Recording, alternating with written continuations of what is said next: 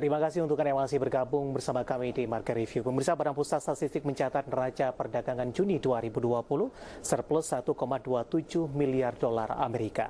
Kepala BPS menyebutkan angka ini mengembirakan karena ekspor dan impor beriringan mengalami pertumbuhan.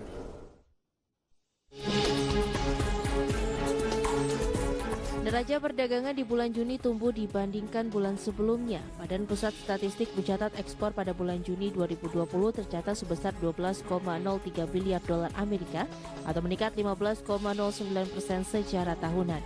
Peningkatannya bahkan terjadi pada seluruh sektor, yaitu ekspor pertanian, ekspor industri pengolahan, dan juga pertambangan.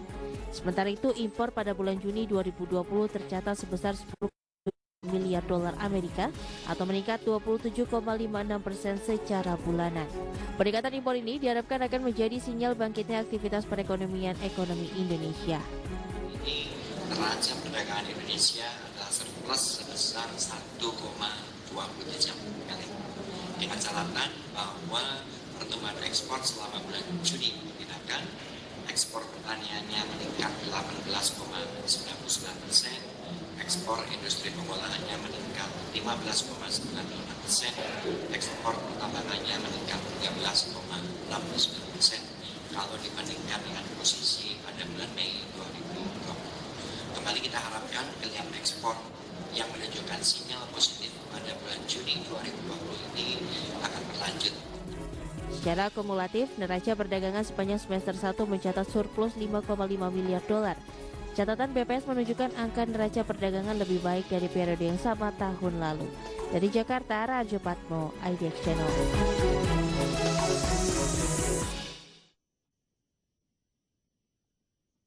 Bersama kami pemirsa, dan kita masih membahas topik menilik problematika perdagangan Indonesia. Dan kali ini kita akan coba berbincang bersama dengan Bapak Muhammad Faisal, Direktur Eksekutif Core Indonesia. Melalui via Zoom kita akan langsung sapa saja. Pak Faisal, apa kabar Pak? Alhamdulillah baik, Mas Wiki. Terima kasih Pak Faisal sudah meluangkan waktu di IDX Channel. Informasi terbaru dari BPS ini Pak Faisal, neraca perdagangan Indonesia kinerjanya surplus. Data yang terbaru yang baru saja dirilis ini mengindikasikan pertumbuhan ekonomi, maksudnya pergerakan ekonomi mulai kembali menggeliat. Bagaimana analisa Anda, Pak? Ya, baik, kalau kita melihat surplusnya 1,2 miliar, yang kalau kita bandingkan dengan bulan sebelumnya itu berarti surplusnya menipis, sebelumnya 2 miliar di bulan Mei. Nah, ini sebetulnya surplus di bulan Juni ini sudah kami prediksikan akan terjadi, ya, karena ada beberapa hal.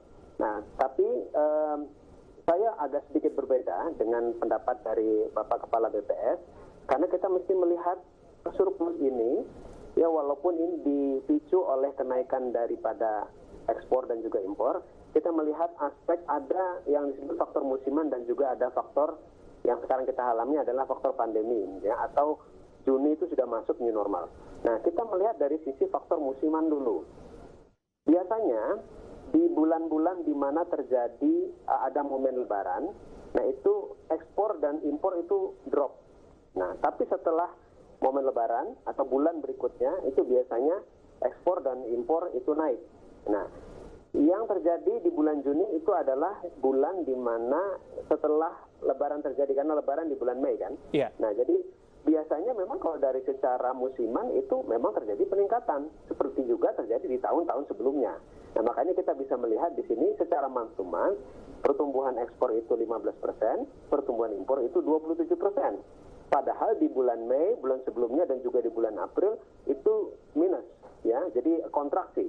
Tetapi ini saya melihat ini adalah memang faktor musiman, karena pada saat lebaran itu memang lebih aktivitas itu, termasuk juga itu ekspor impor itu lebih rendah atau mengalami sebagian dari beberapa minggu itu malah freezing mungkin, ya. Nah, tapi mungkin dipertanyakan juga karena walaupun month to month itu positif, tapi katanya year on year itu ternyata year on year juga positif. Ya, jadi kita bandingkan Juni dibandingkan Juni tahun yang lalu, ternyata ekspornya tumbuh 2,28%, impornya tumbuh 6,36%. Nah, ini juga kita perlu hati-hati karena ternyata di tahun lalu lebarannya terjadi di bulan Juni. Ya. Tahun ini lebarannya di bulan Mei, jadi wajar kalau kemudian Juni tahun ini dibandingkan dengan Juni tahun yang lalu memang lebih tinggi karena dibandingkan dengan masa lebaran. Itu yang faktor musiman. Nah, tapi yang kedua, ya kalau kita bandingkan secara ini ya faktor-faktornya. Nah, tapi kalau yang jelas yang kedua kalau kita bandingkan antara pertumbuhan impor dengan pertumbuhan ekspornya, pertumbuhan impor itu lebih tinggi. Nah, ini juga seperti yang kita perkirakan karena di bulan Juni ini adalah dimulai masa relaksasi atau yang kita sebut dengan new normal. Jadi PSBB itu sudah mulai dicabut. Nah, jadi dengan pencabutan PSBB atau relaksasi di banyak tempat, saya pikir ini akan memperlancar lagi walaupun dalam tataran yang tidak terlalu signifikan ya, memperlancar lagi transaksi barang dan jasa sehingga industri manufaktur misalnya sudah mulai sedikit naik lagi produksinya gitu ya. Sehingga kebutuhan akan bahan baku juga sedikit meningkat dibandingkan dengan bulan sebelumnya loh ya, maksud saya bukan dibandingkan dengan tahun yang lalu, sehingga impornya itu juga meningkat. Makanya kita bisa melihat di sini impornya meningkat lebih besar dibandingkan dengan peningkatan ekspornya. Baik, Pak Faisal, menarik. Nanti kita akan lanjutkan, nanti kita akan coba bahas tren kedepannya akan seperti apa. Kemudian upaya-upaya yang dilakukan oleh pemerintah sampai sejauh ini untuk memperbaiki posisi neraca dagang Indonesia. Kita akan jeda terlebih dahulu dan bersama kami. Market Review akan segera kembali sesaat lagi.